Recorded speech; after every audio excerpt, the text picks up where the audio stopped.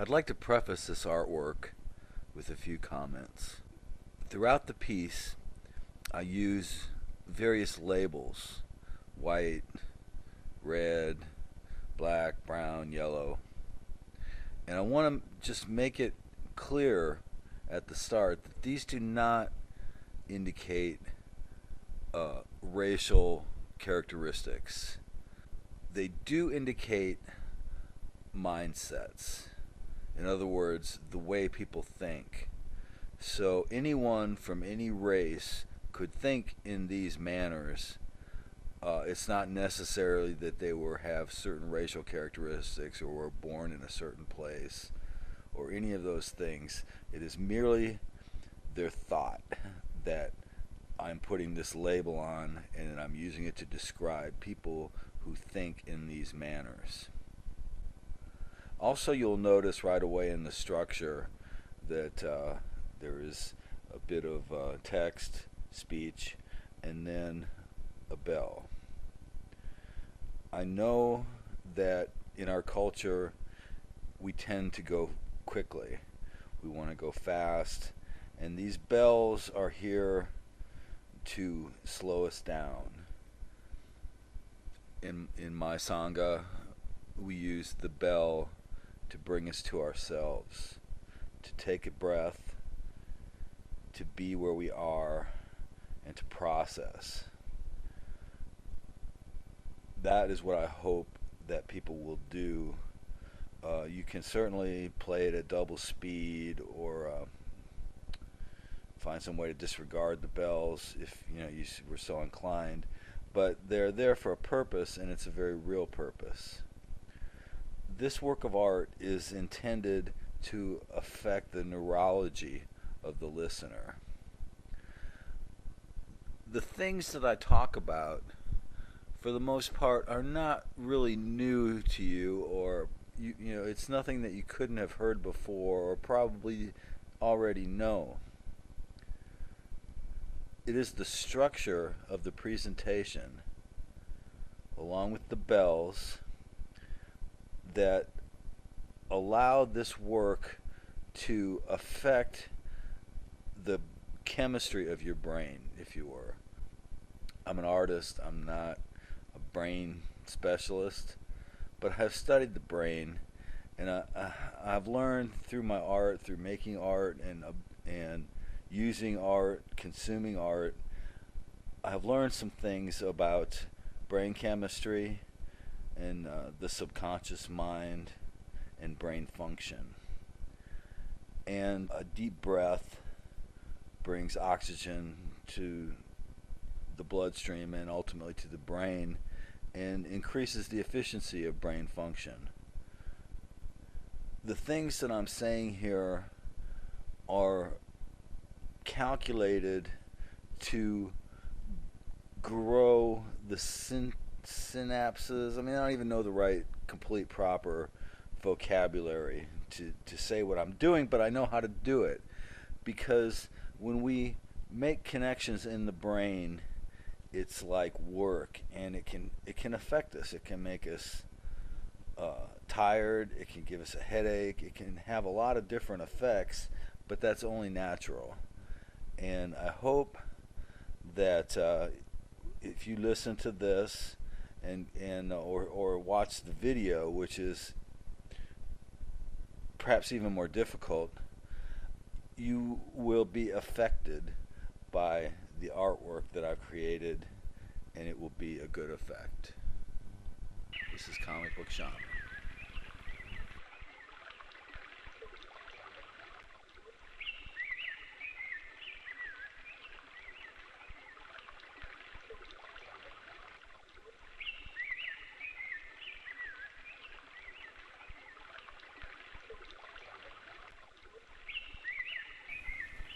This is the Ghost Dance for Children, number 0, written in July 1998 by Comic Book Shaman.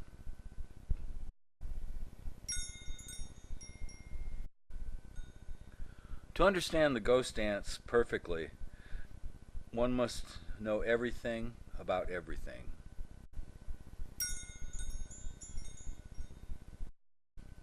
Because nobody knows everything, at least not about everything, even children can learn a great deal.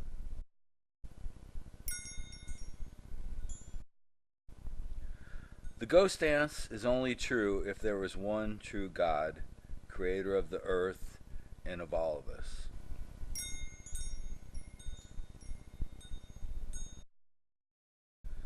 The Paiute prophet from Nevada called Wakova had a vision of the ghost dance.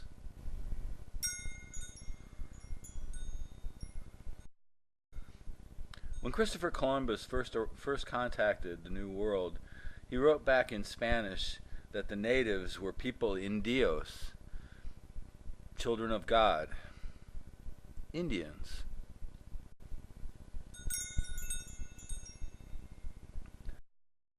The native tribes of North America knew Christ, the Old Testament, and one God as creator.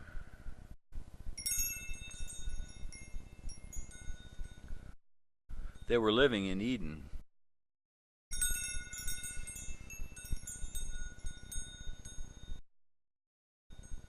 Until the white man came.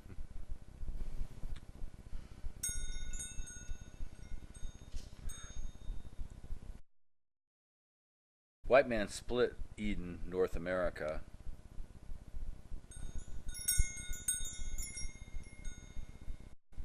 A split that exists to this day.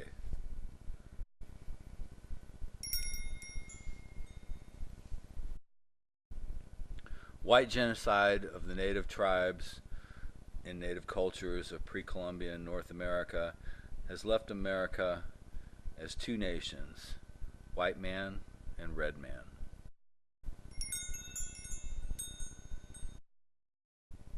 These color labels do not denote race, but only mindset.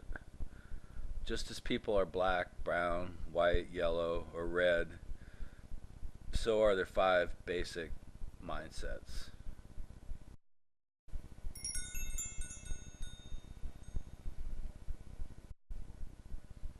White man believes in equality as he believes in God, imperfectly.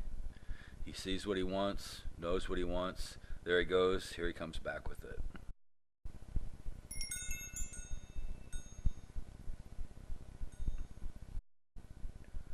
Black man loves equality. He sees what he wants, knows what he wants, talks about what he wants, then he gets it.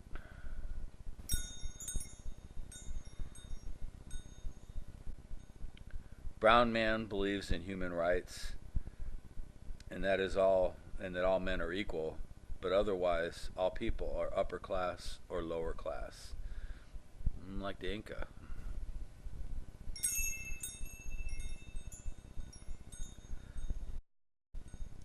Yellow man is like brown man plus white man, who knows what he wants.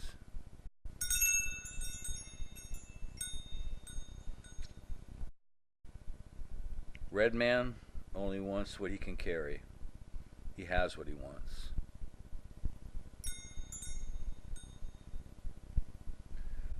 Of course, all of this is about men. Women are variable. Men are base.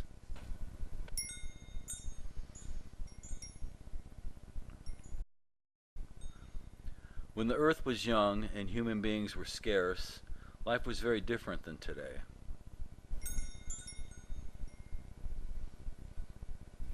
People worshipped in many different ways, often deifying objects, animals, plants, and mythical beings. Such people are called pagans. The idea of one God as creator originated on the Arabian Peninsula about 5,000 years ago.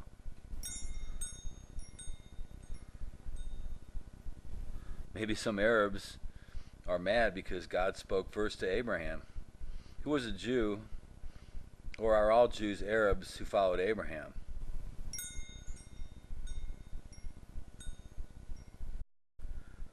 The Jewish people have had a great influence on law, philosophy, and art throughout the world.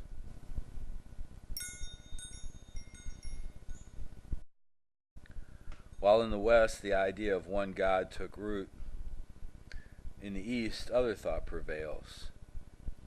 About 2,600 years ago, in India lived a king named Gautama, who gave up his throne to seek perfect enlightenment and to end suffering.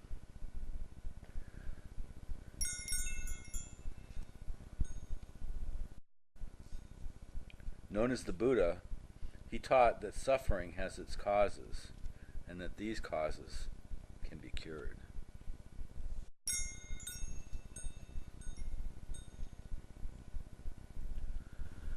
It is about 600 years between Buddha and Jesus.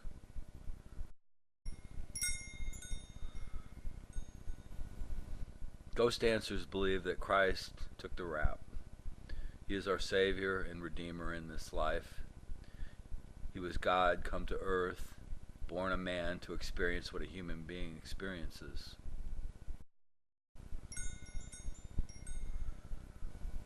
It is about 600 years between Jesus Christ and the Prophet Muhammad.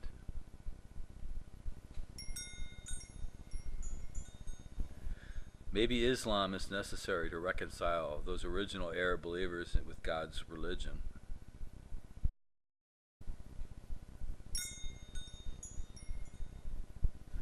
Maybe Eastern religions that don't worship a single God, like Hinduism, still please God in their spirit.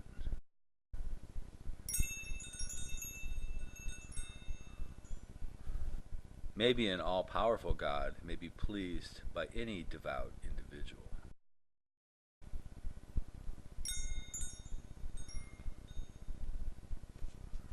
What of Native Americans when white man first made contact?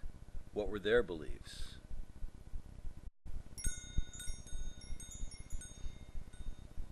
Spanish priests who first contacted Indians in California were amazed to discover they already knew Bible stories.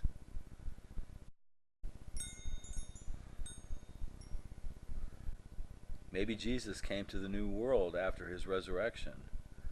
How much time might he have spent teaching in America?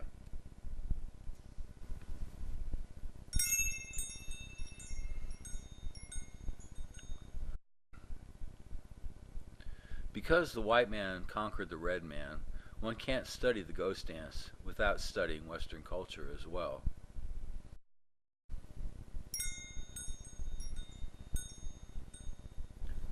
Western history begins with the Greeks.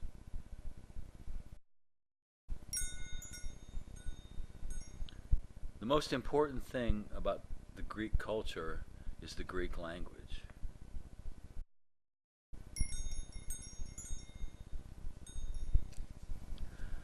To say or write something in ancient Greek is to say something specific.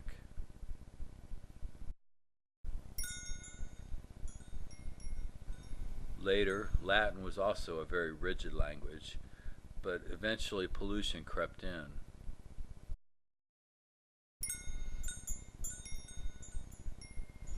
Romans refined politics to the point where words needed more than one meaning.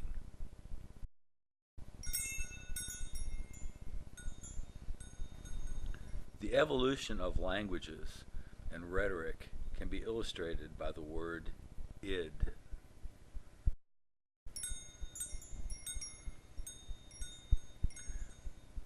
In Greek, id's meaning is simple: female orator, a woman speaking.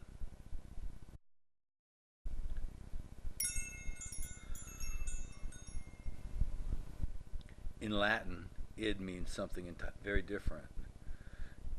It means of the family or of the dynasty.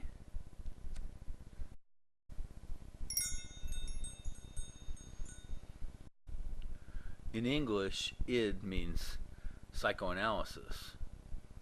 Sigmund Freud took a whole new science and named it id.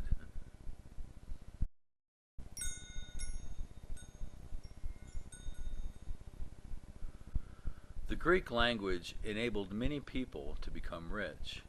Prosperous Greeks who bought arms and armor were called hoplites.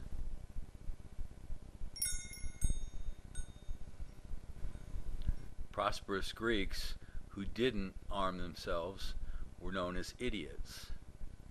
Idiots who were ruled by their women.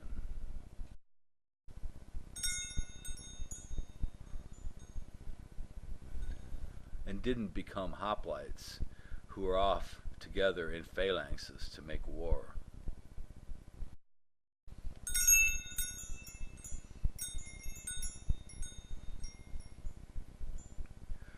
The Greek general, who was usually the scoundrel who started the fight, would wear a golden helmet so everyone would know him and take his signals.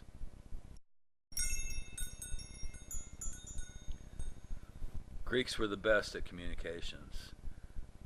For night maneuvers, might be 1 torch, 3 hops.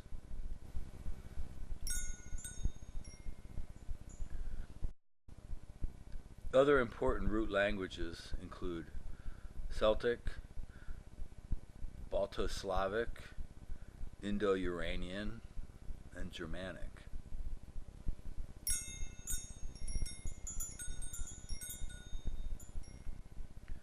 Perhaps everyone once spoke one language.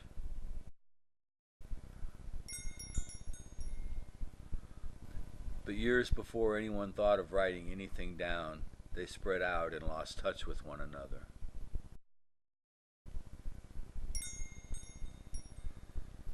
Circumstances and experience creates language, not to mention politics.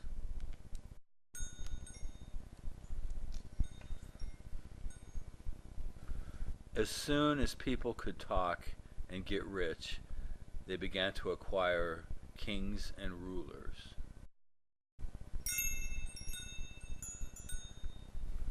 The adage, might makes right, has real currency in Western culture.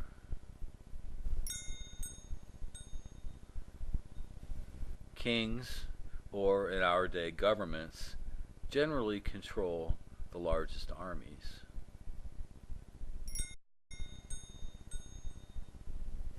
Armies mostly have two purposes.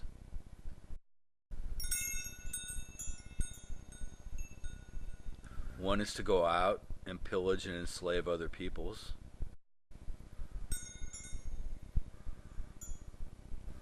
The other is to prevent others from pillaging and enslaving ourselves.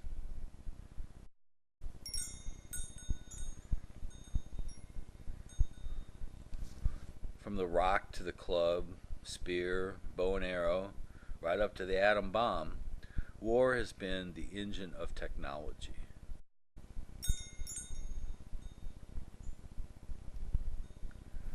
Not only in weaponry has war brought on great changes. Politics is built on defense budgets, and real or perceived threats dictate how our money is taxed and spent.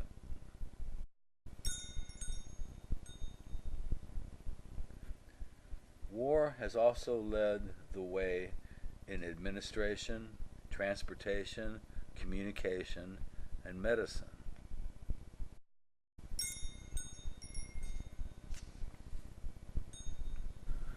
The red man sees medicine as a personal daily practice. She knows how she feels and can make health corrections in her diet.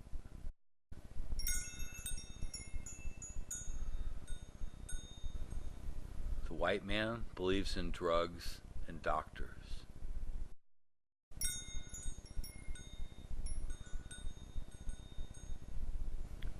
Perhaps this is a residual of war.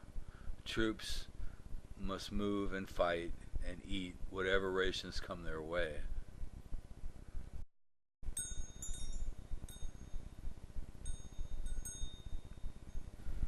Surgeons mended broken bones, sewed wounds, and prescribed what meager drugs they knew.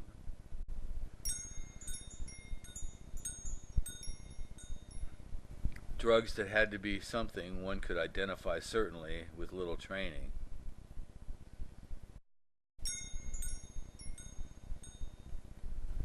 White man takes this military necessity and makes it the basis of her healthcare system.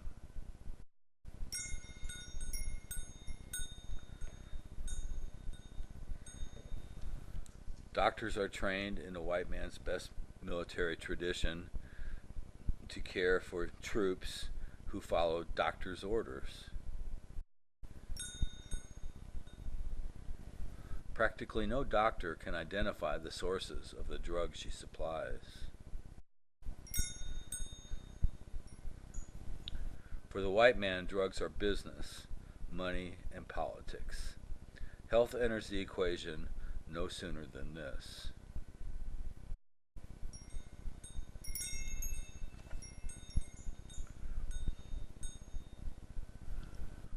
With the core belief that drugs can solve all your health problems, it is difficult for a patient to quickly learn as much as she needs in a medical library.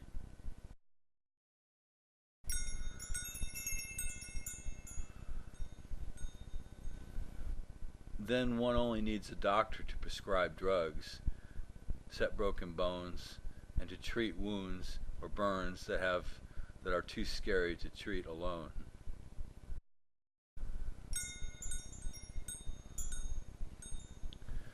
In tribal cultures, there is always someone around who has seen it all before and knows what to do. Tribal people use health care more efficiently and less often.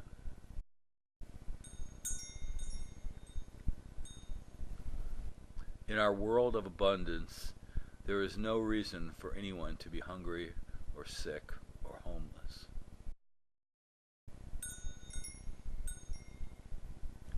No reason except war, politics, and money. The three greatest tools of Western culture are all that prevents white man from transcending her existence.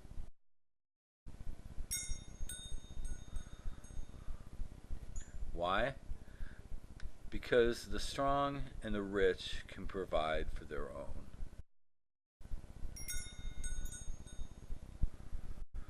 So they figure the weak and the poor should be equal and provide for themselves, individually and as a group.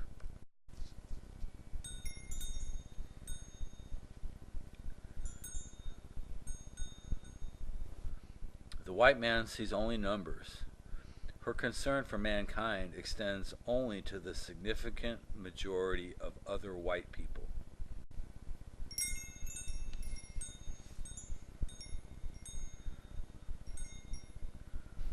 Another major problem with mankind is her disregard for other species of life on Earth.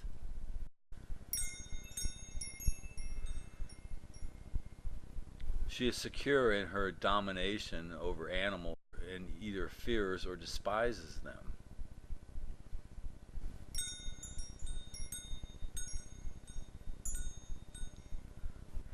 Except for the cute and obedient ones. The ones who are good to eat are treated as unfeeling food machines.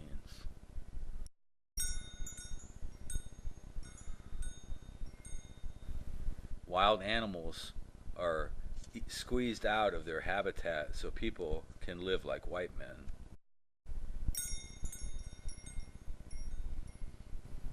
As if we had never read The Jungle Book or Charlotte's Web, we seem to think animals are oblivious to us or are somehow benevolent towards us.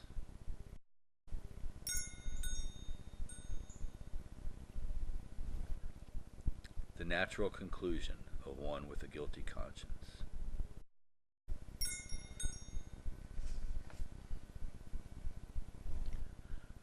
Business and industry are the exclusive province of man. Such is evident to the white man.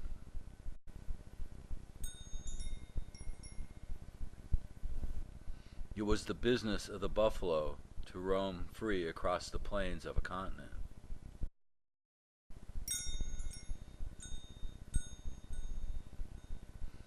Free to be fruitful and multiply.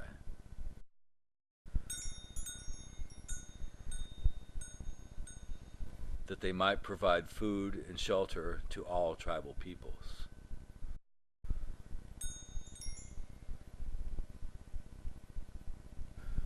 The same with the birds and the trees and all of God's mineral wealth.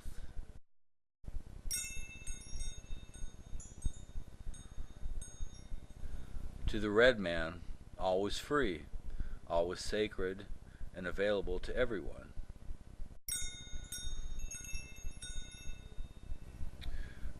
The Western idea of property rights put a quick end to this in America, as it had two millennia before in Europe.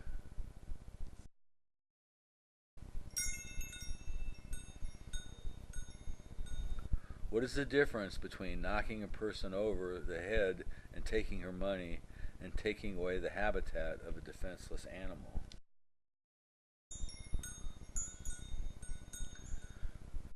The red man sees the world as his habitat, and the white man's incursions have nearly exterminated a people.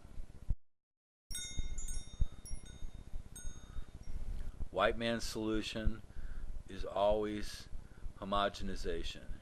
He wants everyone to be the same, industrious, prosperous, and rich.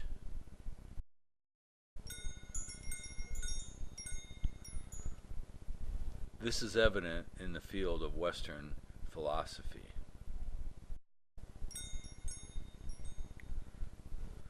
Wherein people present a logical string of ideas and explanation of the inexplicable.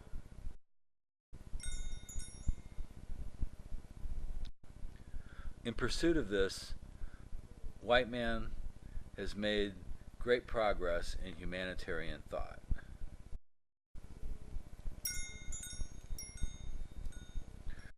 Perhaps it is only his love for money, war, and politics which prevents him from dropping these variables from his equation.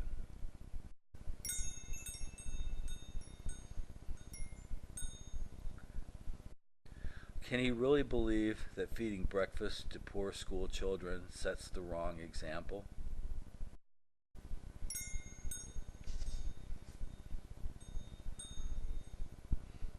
White man's repression and exploitation of women and children are a historical fact.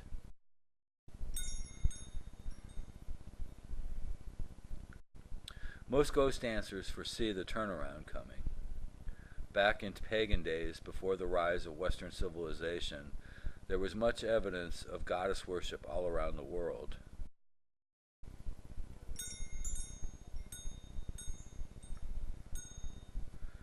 Maybe women were equal with men in those societies, or perhaps they dominated or were repressed.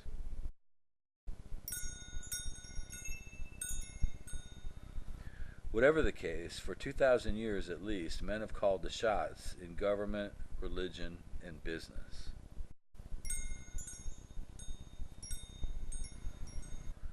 The turnaround is the time when all peoples are accepted as equal.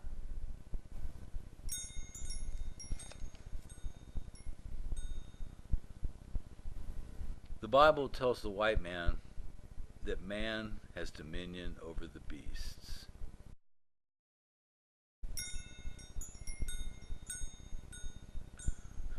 She accepts this as manifest destiny.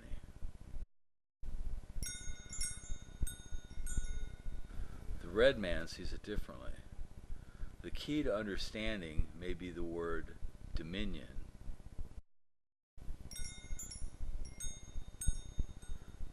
The word dominion does not exist in Greek.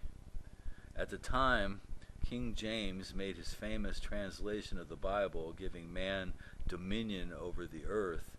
The word dominion meant more than it does today.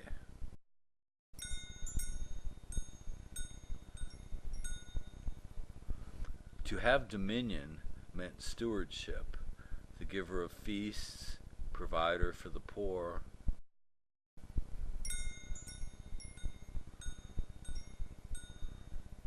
White man forgot this part and only knows dominance, ownership, mastery.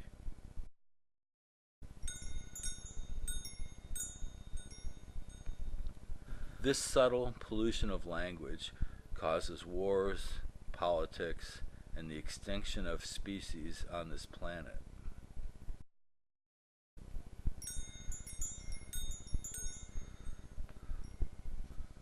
White man will recognize and designate endangered species and deplore their extinction.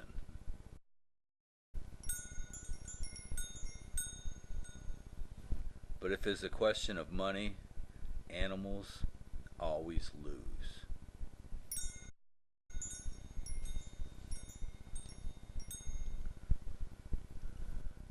Sure, the red men hunted a few species into extinction.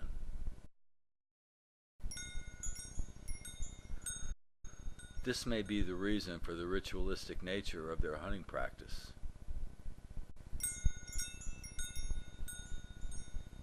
Before a hunt, the red man would prepare himself physically and spiritually.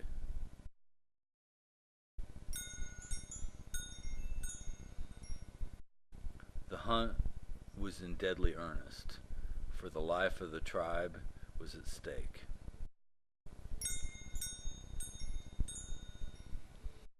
It was largely the women who prepared the meat and hides.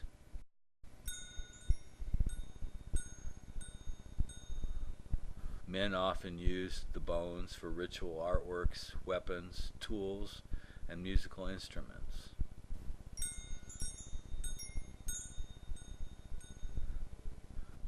In a good season, all had food, shelter, blankets, and a fire. It was enough. It seems as if the amount of property one needs to care for properly and keep out of the rain bears a strong connection to the faith and adherence one has towards the white man's ways. The red man's needs are more simply met, his values more closely held.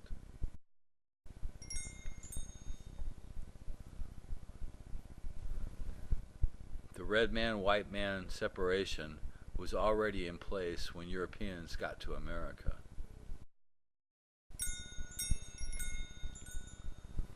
The Indians called Muskogee of the Upper Creek tribe were accounted an older people than the Lower Creek tribe. The Upper Creek people were called white men, and they never started wars, but they stayed prepared to fight.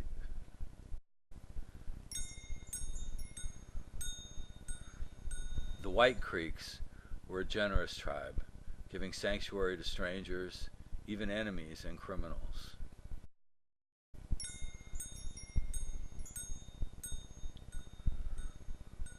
The Lower Creek peoples were thought to be of a newer, if not inferior, people. They were called red men.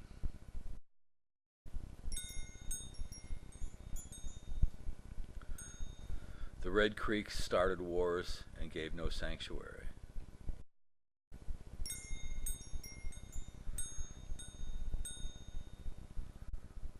The encroachment of Europeans into Georgia and Alabama served to bring the Creek Nation together.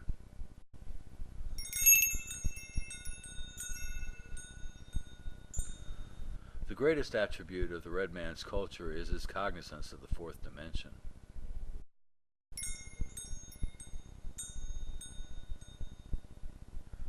In a simpler, non-material culture, it is easier to be certain of things around you.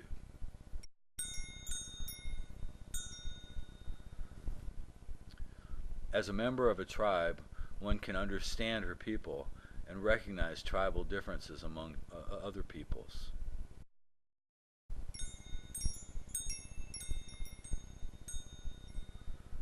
The fourth dimension is reached as a broad, encompassing knowledge of the world is acquired.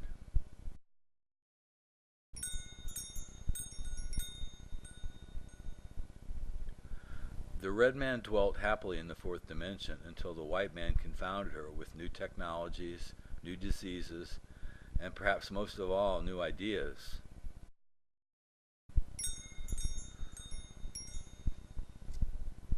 Ownership, property rights, and money, religious intolerance, mechanics, chemistry, to name but a few.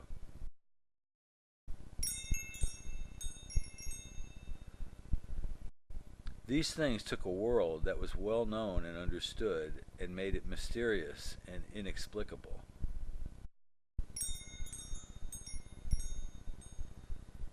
It split the red man, and many tried to emulate the white man, but only to our own detriment.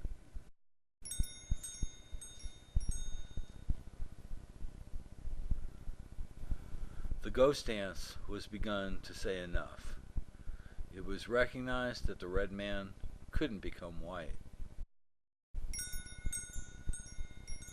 It was for the white man to learn about what existed on this continent before he arrived.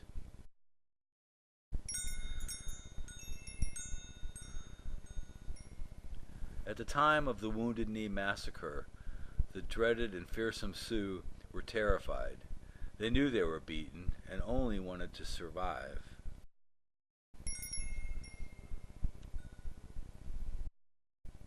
Chief Bigfoot was dying of pneumonia as he led his people to the reservation.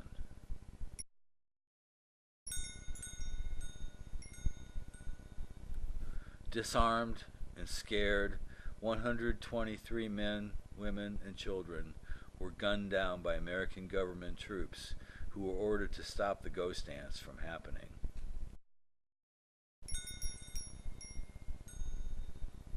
Maybe the white man was doing what he thought was best.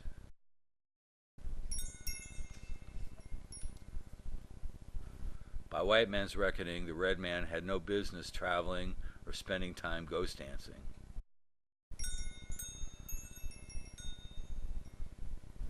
He thought red men should work and produce like a white man.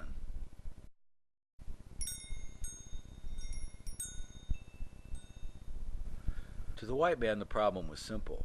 The red man had been settled into reservations where she could be supplied in some fashion and perhaps survive.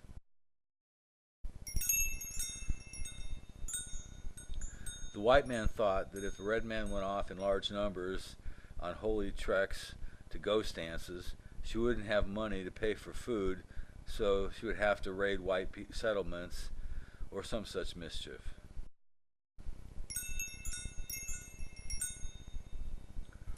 If the Indian Wars were to flare up again, it was feared that many thousands could die. Both sides were afraid of this.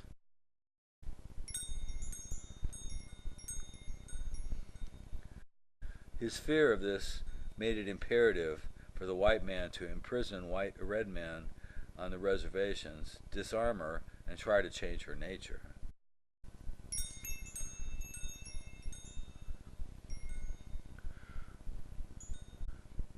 More than what it was, the ghost dance is what it is because of the people who believe in it today.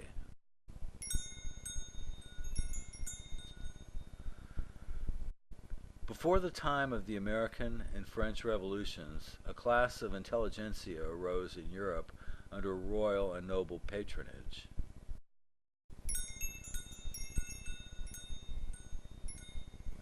A group of artists, engineers, musicians, architects, writers, and actors.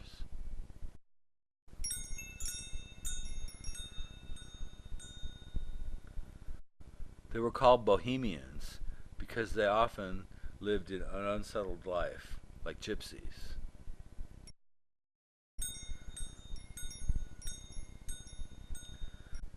From the great political revolutions to the social revolutions of the Beats and the hippies,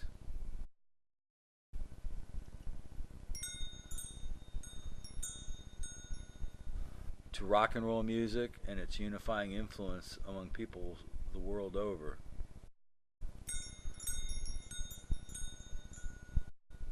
All was deeply influenced by the red man's way of life, as it was understood and even adopted by many people around the world in the past 2 centuries.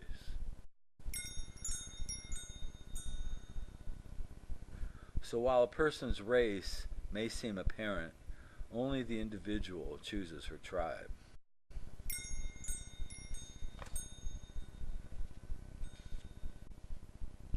We choose to be ghost dancers, but in spirit, not in the mind. The spirit moves us, and we use our minds and bodies as best we can to keep up with it.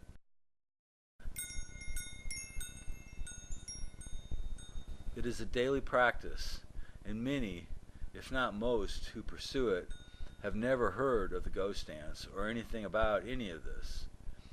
Yet once they hear of it, we recognize its truth.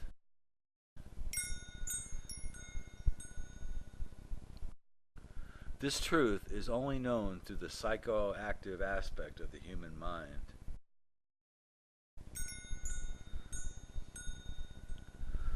This state can be reached many ways, through physical exertion, fasting, rituals, or with drugs.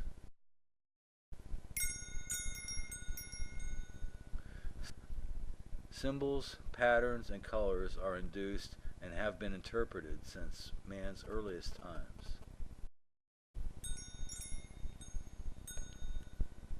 Each person's mind is individual, as are his hallucinations and his ability to express them.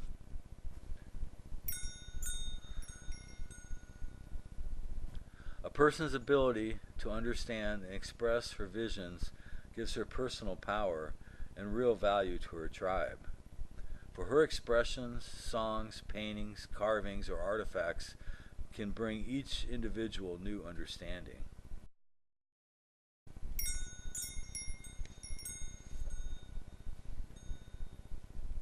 It seems to be the relative value of this understanding of the psychoactive aspect of the human brain that most clearly separates white man from red man.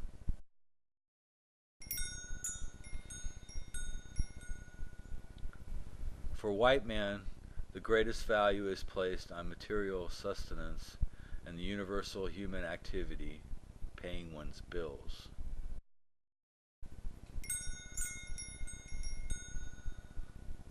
No ledger can be kept on the enlightenment given in a song or a work of art, or in a good deed or a kind word. Everything that is real is made abstract by the use of money. One must stand alone and pay with money all debts that she incurs, both personally and civilly.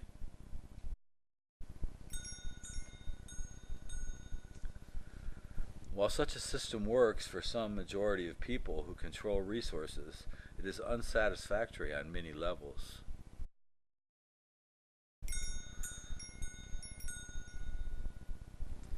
Perhaps this is because it relegates to the abstract concept of religion the very real psychoactive aspect of human nature.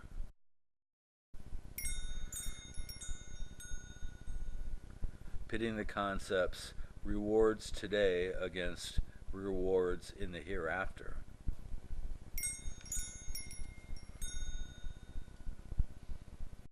If few white men connect their psychoactive nature with their religion, few red men can separate the two.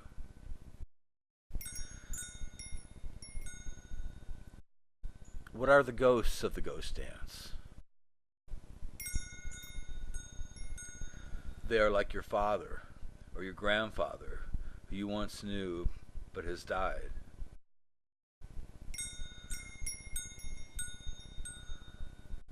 But heroes and great people and those dear to us live on in memory.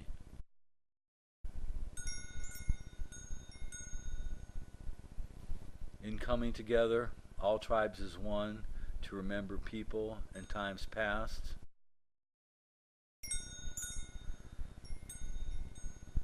we can begin to know each other's ways and beliefs, our strengths and weaknesses.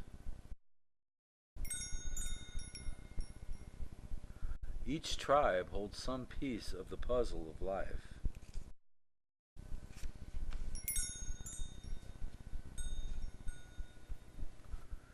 And so we build a fire in the night and dance barefoot around it.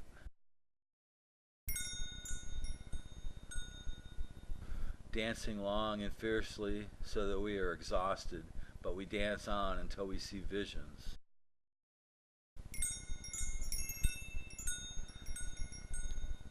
Maybe these visions are for us, or maybe they have meaning for others.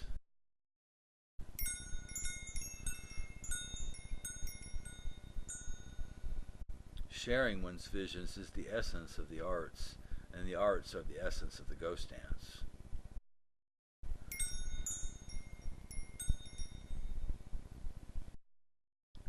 In our culture, the arts are treated shabbily and begrudgingly.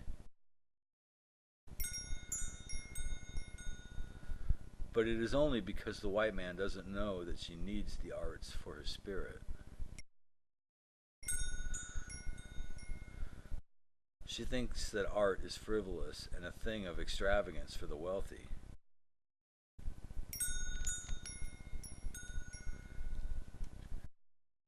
If artists cannot exist in our society, it is because people have no way to support them. Tribal people need art and draw spiritual sustenance from it.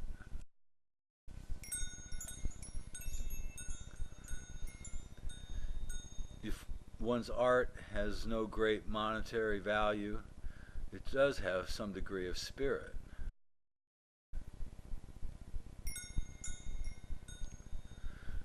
Spirit of the artist, spirit of the materials, and the spirit of the subject, symbols, or models expressed. Perhaps the spirit can evoke emotion in another person.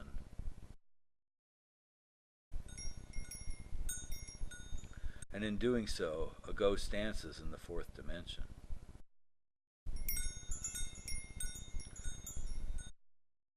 Another barrel of toxic chemicals enters the Texas groundwater.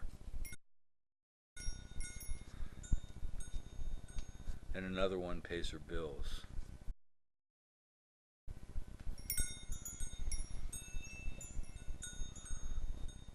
White man believes diseases like AIDS are contracted in one's behavior.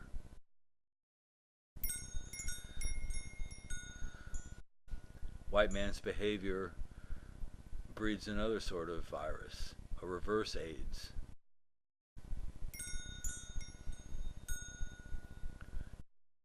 AIDS is a blood-borne virus, often contracted during sex or when sharing hypodermic needles.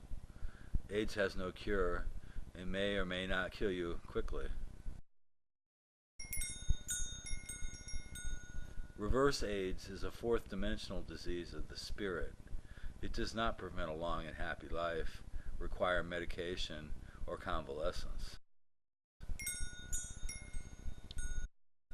AIDS kills by weakening one's immune system, by which other germs and infections take their toll.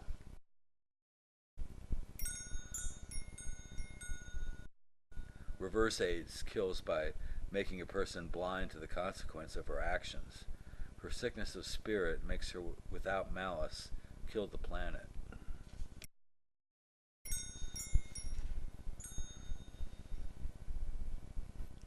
Fascism means, do as I say.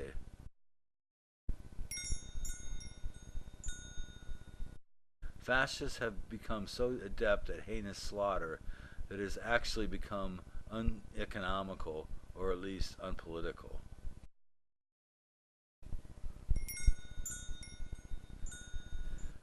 It may be observed that the United States government defeated the fascist dictatorships, only to become constitutional fascists within a generation.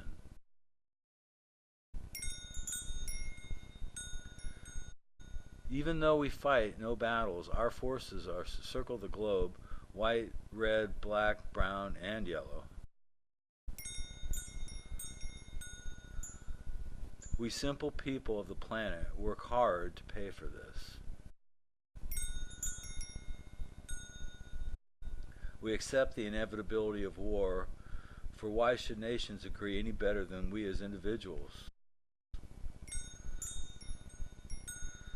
The United States government, local, state, and federal, is very good for a pre-war society, but today is so imperfect that it cannot function except badly. The technology and economy of its creation spells its imperfection. Now we know better. Local services are paid with taxes on property, schools, streets, sanitation, and water. State services are paid for by sales taxes, corporate taxes, license fees, motor vehicle the charges, etc., roads, bridges, hospitals, and colleges. Federal services are paid for by tariffs and taxes and personal and corporate income, the armed forces, old age pensions, and capital projects around the country.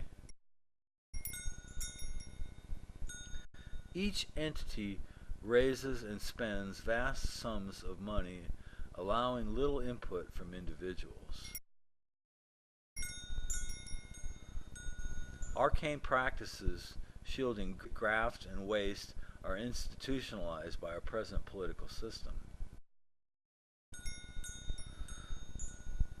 Maybe with present technology, all of our assets could be reassessed and our needs could be reconsidered without the choking bureaucracy that now exists. If we need legislators at all, maybe it would be better to keep them at home, meeting online.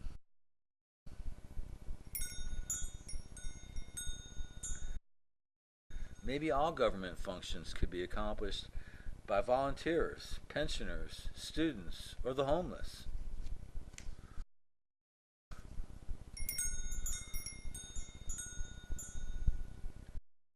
Perhaps the white man's greatest contribution to the world is his law.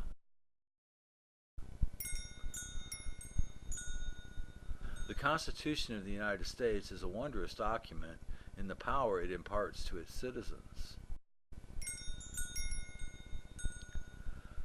White man made sure that all was equal, if you can afford this equality.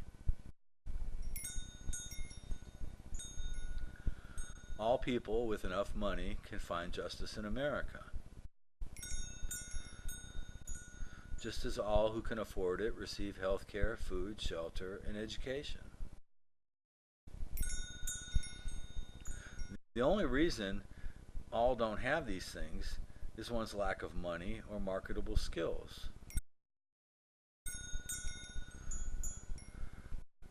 The plethora of civic improvements which lie unaddressed for lack of funding may be a place to give these people some value. There must be a way to give people a job, teach them to use tools, including their minds, and to help them find something constructive to do.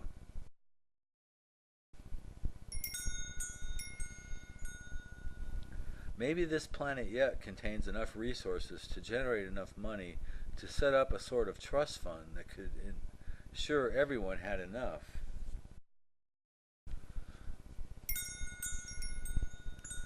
Without money, war, and politics, there would be chaos.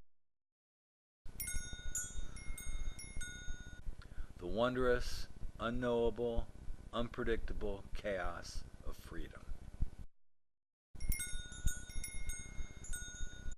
People would work when and where they choose.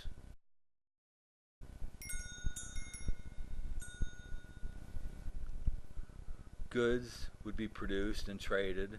Food would be grown and eaten. Poverty and ignorance would no longer breed hatred and criminals.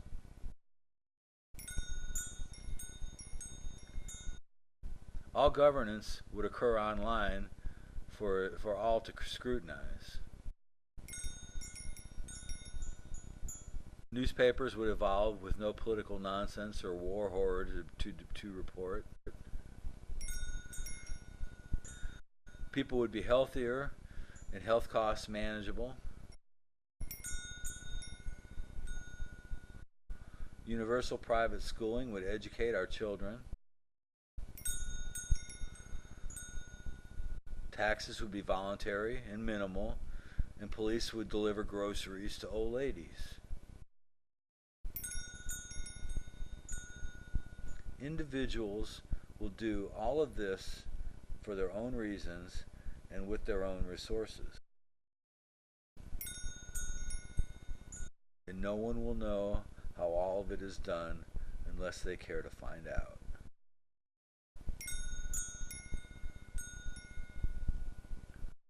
And the ghosts will be dancing.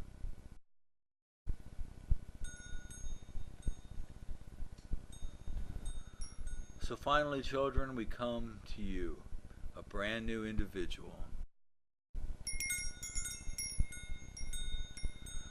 It's up to we individuals to accept responsibility for our actions and for our lives.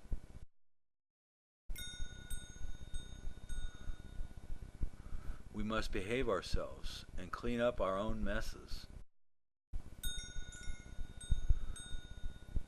We must be aware of the effects we have on others. We must take care of ourselves and brush our teeth. Beyond this, we are free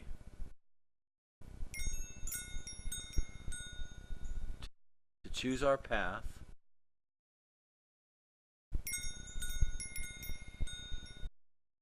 always remember your value is in your mind. Once we catch on, learning is a joy that lasts all your life.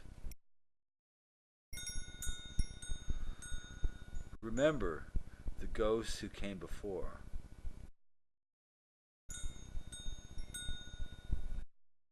And when you are in the mood, dance.